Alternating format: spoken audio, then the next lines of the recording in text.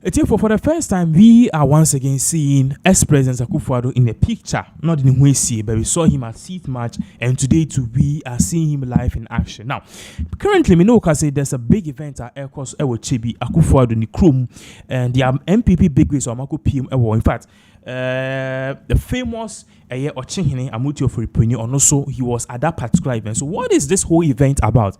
We are learning that this particular event is in commemoration and as in remembrance of the late JB Danquah. I'm not talking about the late MP JB Danquah Edua or Yaya in 2060, but I'm talking about JB Danquah.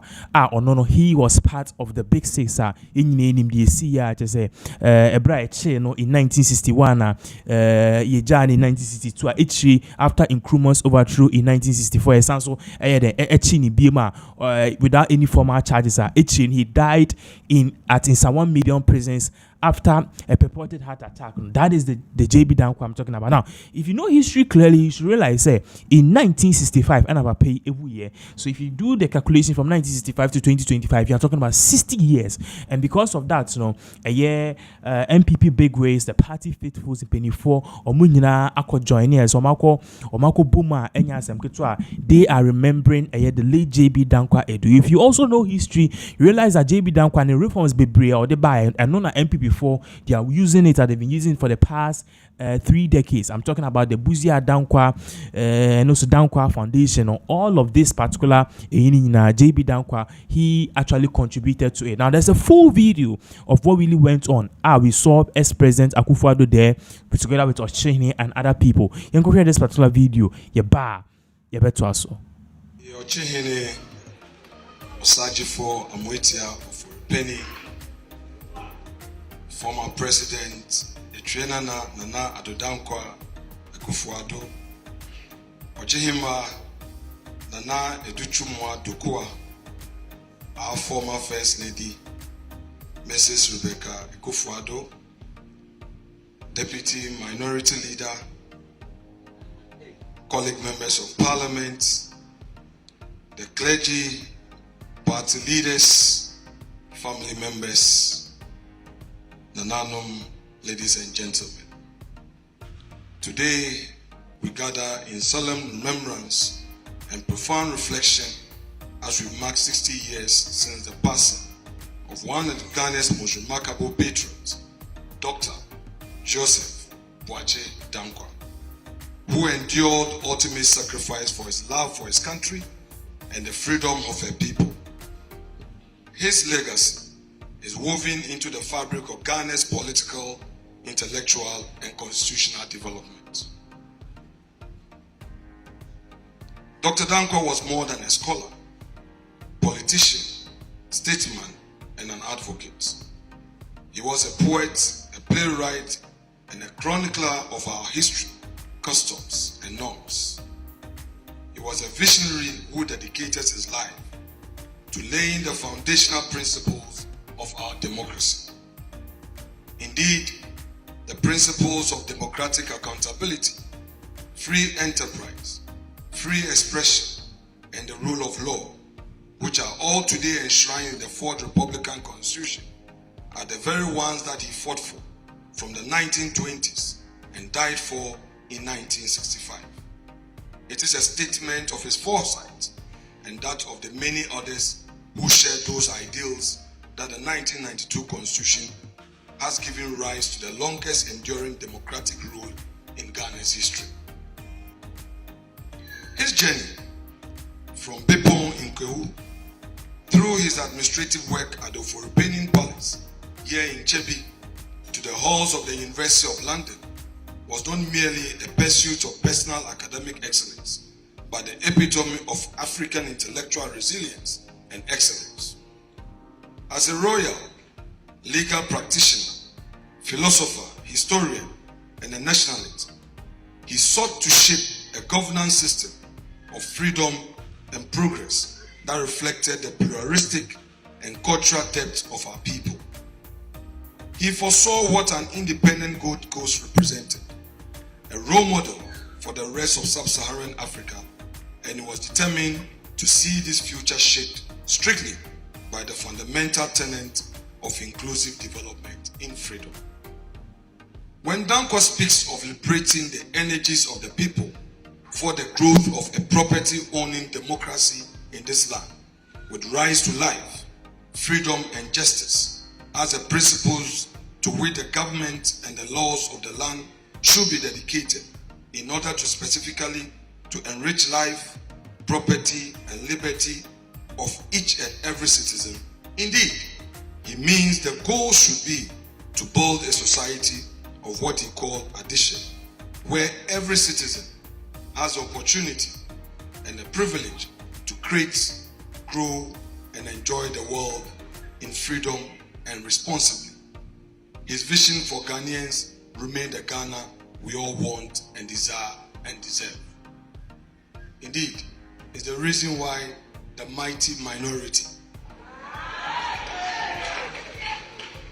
is firm in parliament and holding the feet of the NDC to the fire.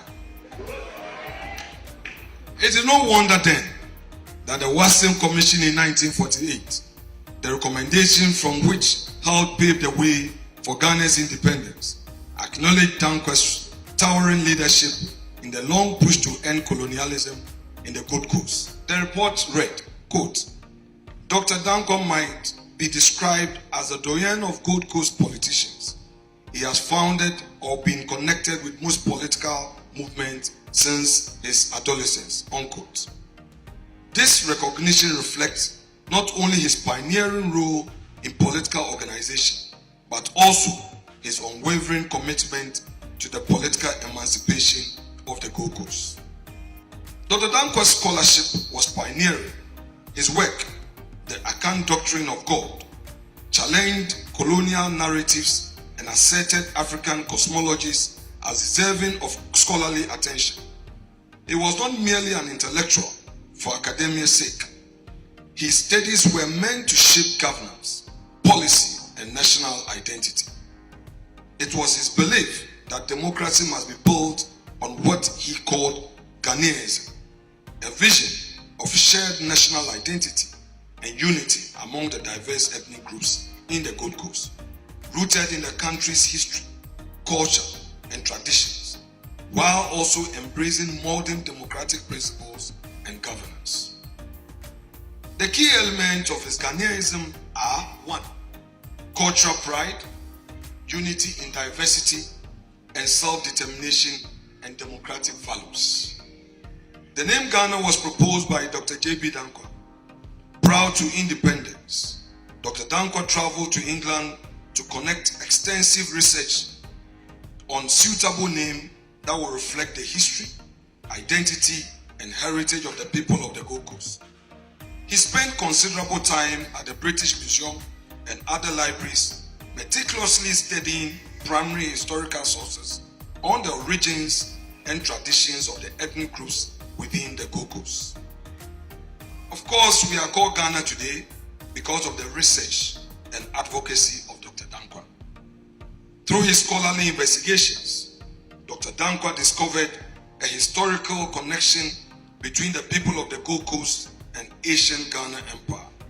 He argued that adopting the name Ghana would symbolize the strength, heritage, continuity of the origins of ancestral past, fostering a shared national identity and pride. The United Gold Coast Convention, formed in 1947, agreed to use the name Ghana upon independence. This proposal was ultimately accepted when the country attained independence in 1957. His role in the formation of UGCC was instrumental in setting Ghana on the path to independence. Dennis Austin, in his work Politics in Ghana, page 7, affirms Danquah's central role in conceptualizing and organizing the UGCC in these veritable words. Quote, the idea of a new political movement was almost certainly that of Danquah. He was associated with several quasi political bodies, representative on the Cocoa Marketing Board for the Colony Farmers Movement, as well as Joint Provincial Council and representative on the Legislative Council, end quote. This view is corroborated by Peter T. Omari in his book, Kwame Nkrumah, The Anatomy of Africa Dictatorship, emphasizing Dr. Danquah's organizational efforts in the early stages of the UGCC's development. Omari states, quote, "The man who has organized the United Gold Coast Convention earlier that year in April and May 1947, and who had been instrumental in launching it in August was Dr. J.B. Danquah." In 1948, the consensus from the Watson's Commission report was that Ghana would achieve independence within 10 years. UGCC were for a peaceful transition to independence in the shortest possible time. Nkrumah and his Convention People's Party in 1949 called for independence now. Yet, we achieved independence in 1957 and became a republic 3 years after. Dr. Danquah championed a constitutional approach, one that safeguarded freedoms and built enduring institutions. This belief in the supremacy of the law made him a fierce opponent of unchecked political power to a point that party and nation became one, with the Ghana flag being replaced by the flag of the CPP. When the Preventive Detention Acts of 1958 threatened the liberties he had fought for, Dr. Danquah stood firm in defense of justice.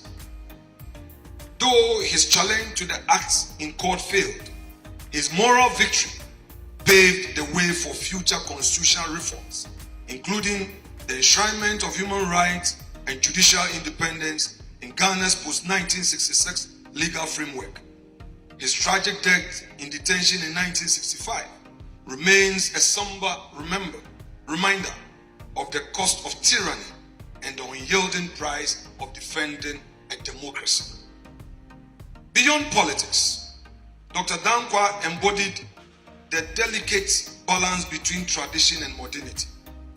As Trafo Hine of Akyem, he understood that traditional authority was not an impediment to development, but a crucial pillar of governance.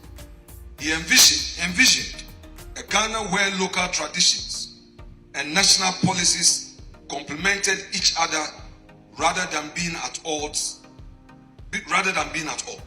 His advocacy for decentralization remains ever relevant as we continue to grapple with governance structures that must both empower local communities and unify the nation.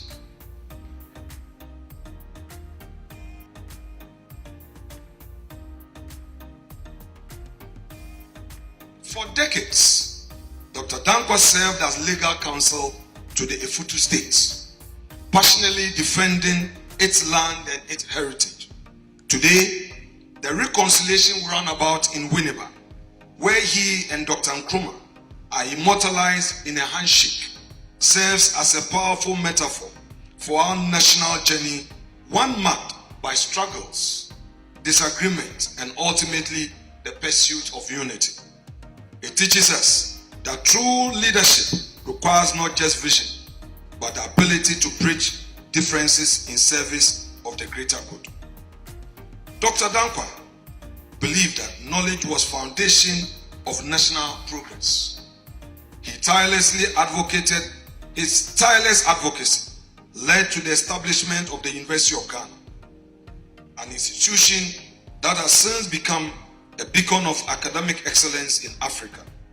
His vision was for an enlightened citizenry, one that questions, innovates, and upholds democratic principles.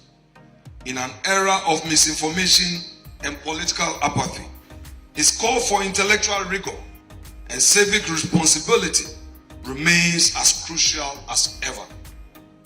The principles for which Danquah fought are still relevant today. The rule of law, judicial independence, and the protection of individual freedoms must never be taken for granted. Recent incidents, such as a troubling raid on a former minister's residence, remind us of the fragile nature of our democracy. We must never allow the machinery of state power to operate beyond bounds of justice. The memory of Danquah demands that we remain vigilant, ensuring that democracy in Ghana is not just rhetorical ideal, but a lived reality. As I stand before you today, I cannot help but reflect on the weight of Dr. Danquah's legacy. His portrait in my office is more than a symbol. It is a daily reminder of the duty we bear as public servants, as citizens, and as inheritors of democracy. His life teaches us that opposition must be constructive, governance must be principled, and leadership must always be in service of the people. Dr. Danquah's story is not one of mere remembrance, but of responsibility. The best way to honor him is not with words alone, but with actions that protect the freedoms for which he lived and died. Let us commit ourselves to preserving justice, strengthening our institutions, and ensuring that no Ghanaian ever suffers that fate he endured. It is indeed a mark of the undeserving indignity and evil that Danquah still endures, that on the occasion of Parliament marking his 60th anniversary, a member of Parliament told a bold and naked lie that Dr. Danquah was a CIA spy.